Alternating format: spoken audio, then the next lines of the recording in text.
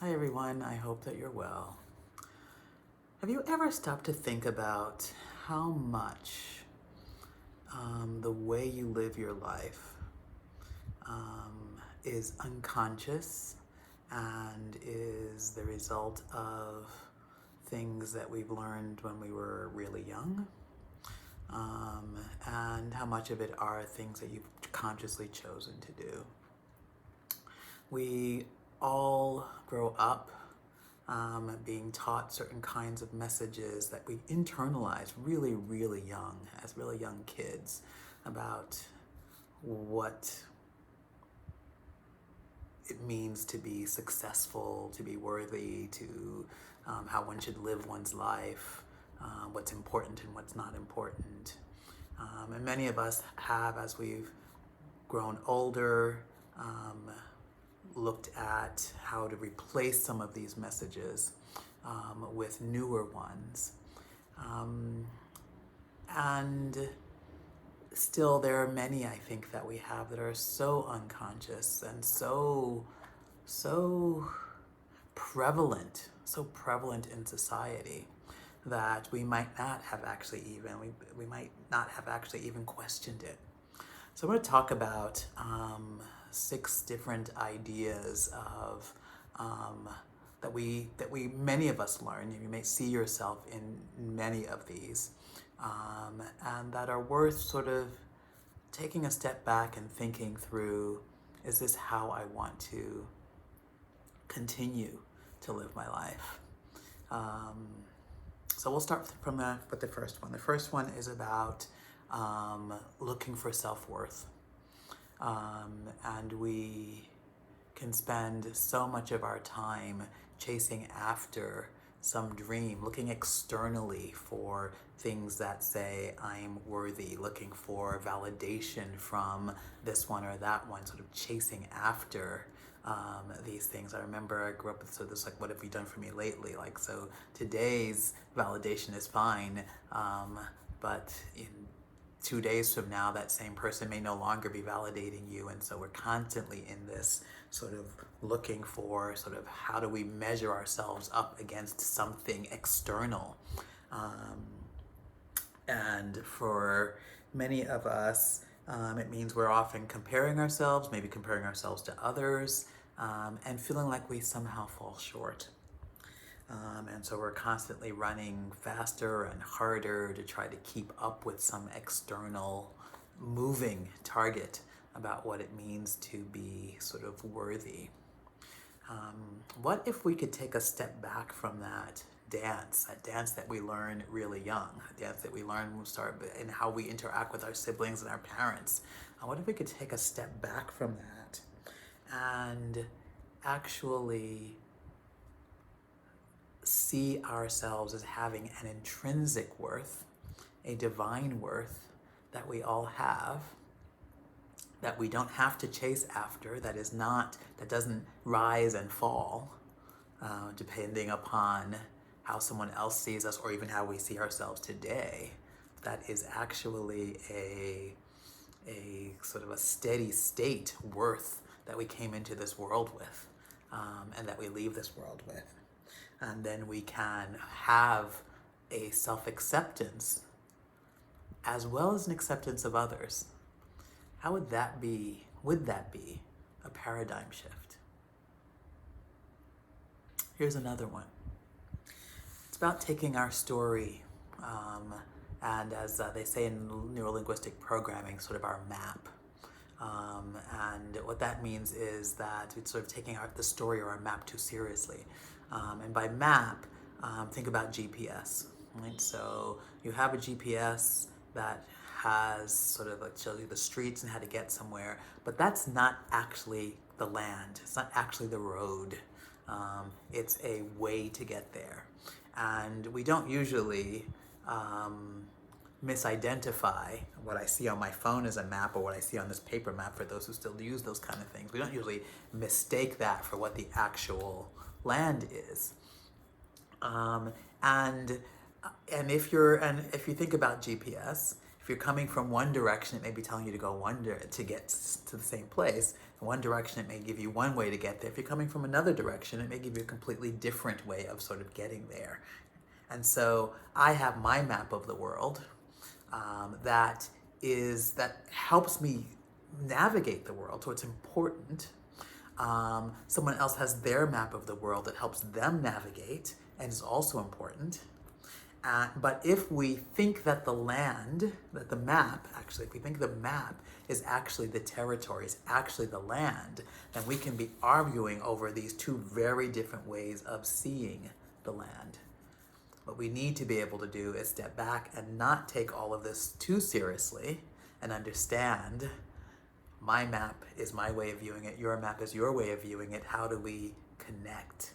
How do we not fight over these maps, over these different stories that, again, are important to how we navigate through the world, but we need to have some distance from it to be able to understand it's our lens, it's not the actual reality.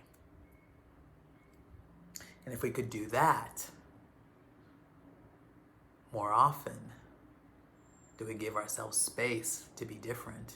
Do we give other people space to be not the same as us and to be able to find the ways that we can connect? Do we give ourselves some freedom? I don't have to. This particular map I'm using is just a map. I could use a different one. I could change it in some way. I could alter it in some way that might work better for me to get me there to the place that I want to go. So if I don't overly identify with it, I can give some space away from it and be able to make choices and be able to have options. And with choices and options comes some freedom.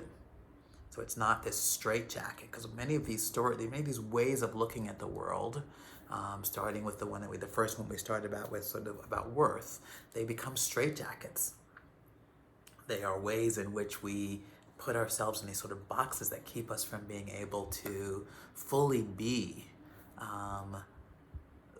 the person we came into this life to be, right? So this all connects back to this concept of purpose. How do we find our purpose? How do we stay on our purpose? How do we live our best lives? Which is a conscious effort, right? So how do we consciously move towards that? So the next one, I'm going to do 3 today, and we'll do another 3 in the next video. So the next one is about blindly pursuing a sense of success that isn't our own. So there's so many different ways in which we are told what success looks like in life, or some definition of success, the job, the car, the family, the whatever, that may or may not actually really fit us. And we get these lessons when we're really young about what it looks like to be successful, what you should be looking for and moving toward in life.